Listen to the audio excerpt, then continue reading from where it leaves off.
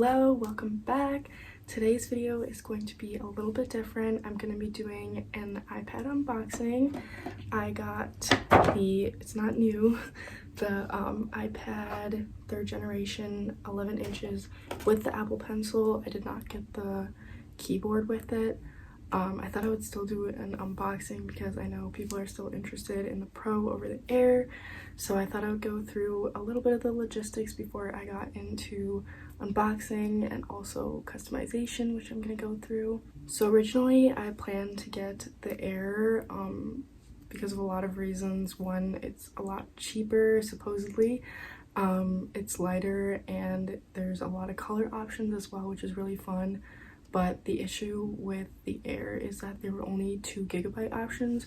There was the 64 and the 256, and I wanted to go with the 256 because I felt that 64 is not enough for an iPad. I wasn't going to be an average user. I am a design major, so I would use it for a lot of that stuff, use it for school in general, and then like making videos too. So I felt that 64 was just not sufficient enough. So if I went with 256, it's actually only $100 less than getting the Pro. So I decided to splurge a bit and get the Pro, and I also got my education discount with it, so it was a bit cheaper. There's not too many differences between the Pro and the Air besides like the aesthetics of it, but it does have, obviously the camera has like I think it's either 2 or 3 cameras, so it's a much wider lens. So if that matters, I know a lot of people don't use the iPad camera, but if you do or you plan to use it, then that's a good option for that. Also, it has Face ID and just better audio quality, but overall the Air is like a great option if you want to go with 64 GB. It's totally a lot cheaper. You can save a few $100, but if you get the 256, you might want to consider just going $100 up and getting the Pro. Okay, I moved locations and put my hair up so we could get into this.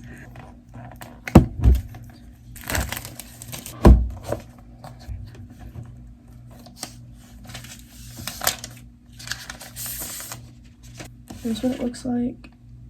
It's super slim, and I will get a close-up, but I also got it engraved, and it shipped and came really fast, even with the engraving. Then it has the little pamphlet, the stickers and stuff, and the lightning block, whatever they call it now, and the cable. So now for the Apple Pencil. And you get the same little instructions or whatever, which no one really needs. And then there is the Apple Pencil. It's wrapped right now, but I got it engraved as well, and the engraving was free, which was really, really nice. So that is very cute and personal. And then if there's like other people that have Apple Pencils, you'll never get them mixed up. I also wanted to quickly mention that I am upgrading from the really old iPad mini 2 that like barely works. It needs to be like plugged in at all times for this to work because the battery dies really fast. The home button's like kind of broken. So I will get a close-up of this too, but this is just gonna be recycled back to Apple. Okay, so here is the iPad. Here's the back of it with the camera. And here is the engraving.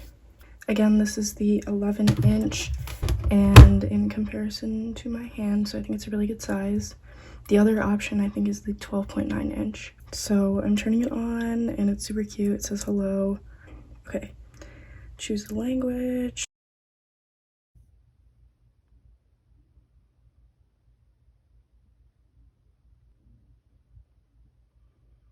So really quick, this is the iPad mini that I had, which is at 2% because I literally have to keep it plugged in for it to work at all.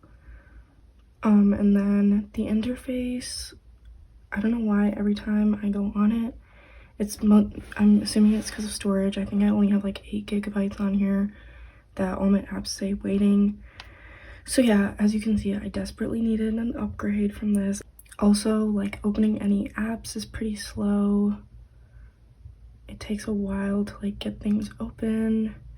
The home button is a little bit broken, so I'm just gonna set it up through iCloud backup. So I'm gonna go with obviously my most recent. Okay, so I got the whole backup done. Like I said, this iPad is going to be shipped off and recycled, so I'm gonna take that out of the frame. I have everything literally from my iPhone, so I have way too many apps. So I'm gonna go through and clean up the apps and figure out like what exactly all I want on here. So it has like some widgets right now, which I'm sure you can edit, and just like a really fast interface, which I'm like so excited about. So a little update, it is the next day and I'm getting to customizing my iPad now.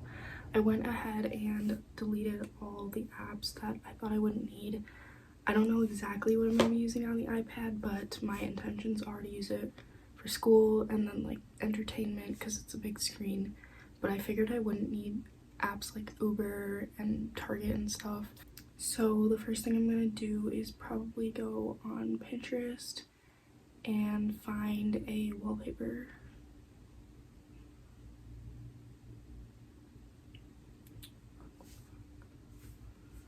So the idea is to do like a more vision board for the lock screen, but something a little bit more simple, quote unquote, but just like a single image for the home screen. Okay, now we are going to go into Canva and I'm going to search for the iPad wallpaper. So now I'm going to find images on Pinterest that I want kind of to look like a vision board for my home screen, or sorry, my lock screen. And then I'm going to import those into Canva and make like a little collage.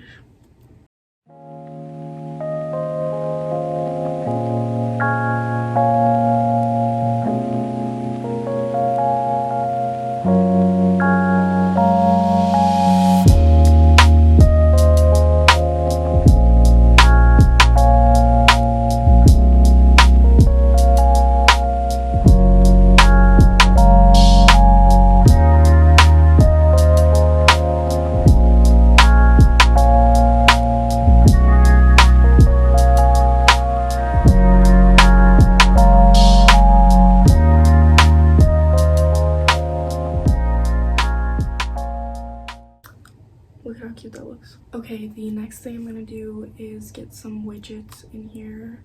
And I think Widgetsmith comes with Apple. If it doesn't, you can easily download it. But they have extra large widgets now as well.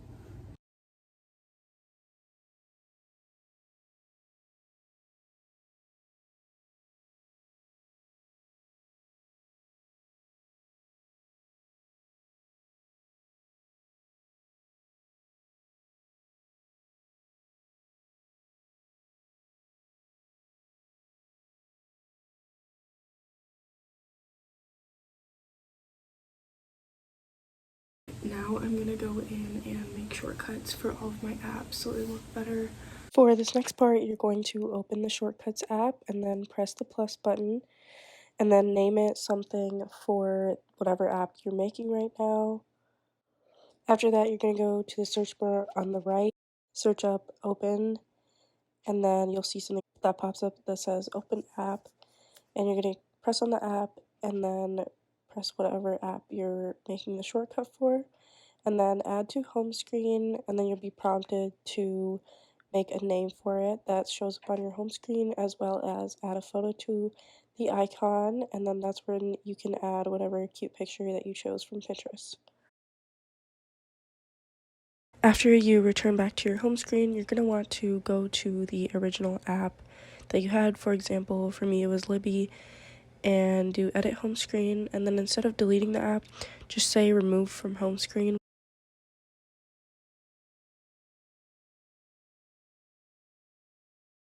Okay, so it is quite a bit later and it took a lot longer than I originally anticipated, but I finally got my iPad all organized and customized. So I'm going to show you guys the final result. So we have the home screen, and then on the first page I have the widgets. The one on the bottom left, that is like the outfit, that's from Pinterest, one of my Pinterest boards, and you can just like make it into a widget.